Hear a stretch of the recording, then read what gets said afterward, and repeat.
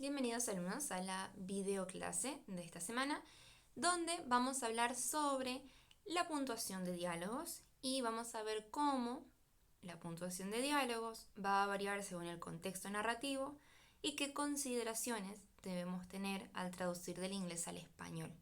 Como ustedes se imaginarán, es especialmente relevante para quienes traducimos literatura.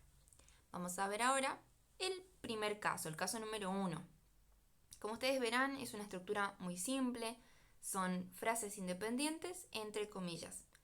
En inglés, cada oración está separada con un punto y en español nosotros utilizamos las rayas de diálogo. He hung up the phone, wrong number, that's odd. Colgó el teléfono, número equivocado, qué raro. ¿Sí? Cada intervención va separada y sin ningún tipo de aclaración por parte del narrador. Vamos a ver ahora el caso número 2. Ustedes van a notar que los casos van a ir aumentando en complejidad. Caso número 2.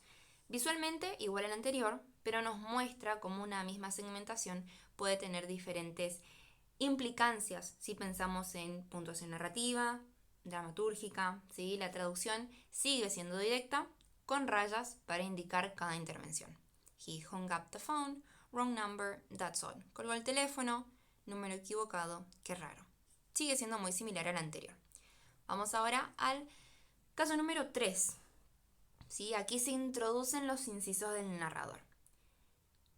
Nosotros vamos a usar las rayas para marcar la intervención y el inciso del narrador, sin punto final antes del inciso. ¿Sí? Es decir, quiero que presten atención a las palabras que ustedes tienen en verde, que pueden ver en la diapositiva. Las palabras que están en verde son verbos del habla o verbos del decir. ¿Sí? Dijo, respondió, replicó, añadió. Igualmente ustedes lo tienen esto en el material semanal. Van a ver ustedes que estos verbos del habla, como cualquier inciso que venga después de la raya del diálogo, va a ir pegada a la raya del diálogo, pero lo que diferencia a los verbos del habla es que estos van a ir siempre en minúscula. Ustedes notarán que dijo está en minúscula, respondió también está en minúscula. ¿Bien? Vamos ahora al caso número 4. Sumamos una oración un poco más extensa y con suspenso. ¿Sí? El narrador aparece entre frases y hay un uso más complejo de la puntuación. Por ejemplo, número equivocado, dijo él, aunque la persona que llamó parecía saber mi nombre. Noten aquí el uso del punto tras la segunda raya, que cierra la intervención completa. De vuelta, verán ustedes que dijo está en un color distinto, respondió su hermana también está en un color distinto. Lo que yo quiero que presten atención aquí es, en el primer inciso, número equivocado, dijo él, aunque la persona que llamó parecía saber mi nombre. Fíjense en la ubicación del punto, número equivocado, dijo él, punto. La ubicación de este punto es sumamente importante y quiero que le presten mucha atención, no solamente ahora, sino también cuando ustedes estén traduciendo, porque esta es la forma correcta de hacerlo, ¿sí? Noten la diferencia entre este primer inciso y el que sigue. Qué raro, respondió su hermana. Punto. Termina la oración, ¿sí? Vamos a ver ahora el caso número 5. En este caso, el narrador no interviene directamente con un verbo del habla y la traducción recurre a número equivocado, se quedó pensativo, aunque el que llamó parecía saber mi nombre. Aquí se ve cómo nosotros puntuamos pensamientos o gestos intercalados con los diálogos. De vuelta, respondió sigue estando en verde, sigue siendo un verbo del habla. Sin embargo, en la primera parte, número equivocado, se quedó pensativo, aunque el que llamó parecía saber mi nombre. Se quedó pensativo. No tiene ningún verbo del habla. Por eso, como ustedes verán, quedó, está marcado en un color distinto. Pero además, esto está relacionado con lo que les mencioné anteriormente. No hay verbo del habla y por ende comienza con mayúscula. Se quedó pensativo. El verbo del habla respondió empieza con minúscula. ¿Sí? Es un pequeño detalle que hace la traducción y al que le tienen que prestar atención. Vamos a ver ahora el caso número 6. Tenemos dos variantes, con y sin raya de diálogo en se quedó pensativo. Ambas opciones son válidas, pero depende del estilo del traductor o del flujo narrativo, ¿sí? Podemos optar por mantenerlo dentro del diálogo o separarlo como narración. Estas son decisiones que ustedes van a tomar al momento de la traducción, teniendo en cuenta siempre qué va a ser más beneficioso para mi texto meta. Como ustedes verán, él se quedó pensativo en la primera parte, está dentro de lo que es el diálogo, en cambio en el segundo hacemos un punto y aparte, se quedó pensativo y luego continuamos. Vamos a ver ahora caso número 7. Caso con un inciso que introduce una aclaración más extensa. Número equivocado, dijo y agregó, aunque el que llamó parecía saber mi nombre.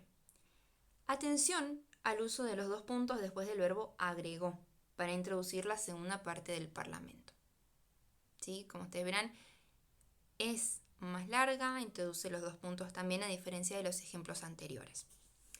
Vamos al caso número 8. Se usa el estilo estilo indirecto con verbos de comunicación, pero el diálogo se mantiene igualmente con la raya. Colgué el teléfono y dije que alguien había marcado el número equivocado. ¿Sí? También presten atención aquí, porque se introduce una comilla de continuación. A mi hermana también le pareció extraño. Esto indica que el personaje sigue hablando, pero se cambia de párrafo. ¿Sí? Es una continuación, como lo dice la explicación. Vamos a caso número 9. ¿Sí? Este es el caso más complejo. Hay texto narrativo, hay pensamientos, hay diálogo y tenemos 3 versiones, ¿sí?, a las que podemos recurrir para la traducción. Vamos a ver la versión A.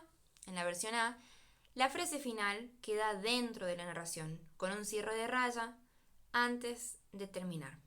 ¿Sí? Número equivocado, se quedó pensativo, de repente la casa le pareció más oscura, aunque el que llamó parecía saber mi nombre. Vamos a la versión B. En la versión B se separa el diálogo en una nueva línea con raya. ¿Sí? Colgó el teléfono, número equivocado, punto. Y sigue el siguiente párrafo. Se quedó pensativo, de repente la casa le pareció más oscura, Vuelve a empezar, aunque el que llamó parecía saber mi nombre. Y vamos a la versión C, que introduce la comilla de seguir o la comilla de continuación para mostrar la continuidad del discurso aún en párrafos distintos. ¿Sí? Número equivocado, se quedó pensativo, de repente la casa le pareció más oscura, más vacía, aunque el que llamó parecía saber mi nombre. ¿Sí? Este caso muestra cómo las elecciones estilísticas pueden cambiar según el tono o la intención del traductor. ¿Sí? Ahora sí, por último, esta es la bibliografía utilizada. Quiero recordarles esto, las fuentes de consulta que ustedes van a tener para la traducción de diálogos están disponibles con el material semanal, pero también están disponibles desde el inicio de la cursada en la caja de herramientas útiles que ustedes tienen en la plataforma.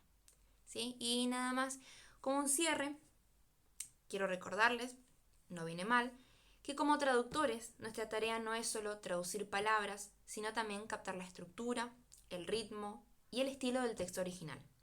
La puntuación de los diálogos, aunque parezca un detalle completamente técnico, influye muchísimo y de forma directa en la claridad y en el tono de la narración.